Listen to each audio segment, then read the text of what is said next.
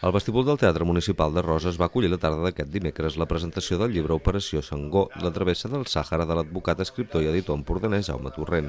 Llibre molt interessant i entretingut que narra les aventures de tres joves durant un viatge iniciàtic a la panxa del continent africà. Novel·la que està basada en el viatge que el propi autor va fer quan tenia 23 anys, juntament amb dos amics més, on al llarg de 2 mesos van recórrer 7.000 quilòmetres. Els fets centrals i personatges que hi trobem són reals i les situacions i diàlegs inventats.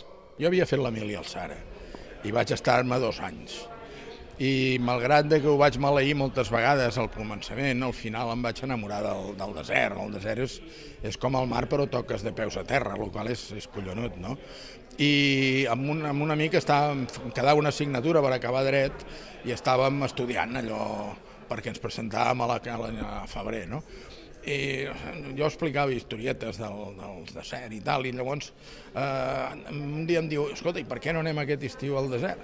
Aquest llibre neix en ple confinament domiciliari per la Covid, quan en Jaume va aprofitar les estones lliures per ordenar el seu despatx. En un calaix va trobar-hi una carpeta d'aquell viatge amb un petit reportatge de 3 pàgines que va escriure a la tornada d'aquesta aventura que va viure fa més de 50 anys. Això el va portar a buscar més informació i se li va ocórrer escriure el llibre que va presentar la tarda d'aquest dimecres al vestíbul del Teatre Municipal.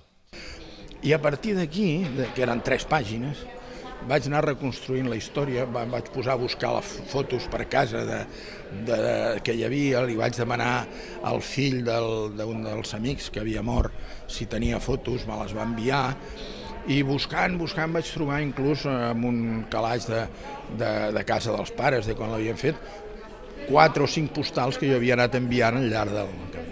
Els protagonistes de la novel·la fan un viatge iniciàtic a través d'una Àfrica que avui il·lusionada pel triomf de la revolució algeriana i la creació de les noves repúbliques negres independents, quan a Occident els moviments juvenils hippies i del maig del 68 donen esperances d'un futur millor.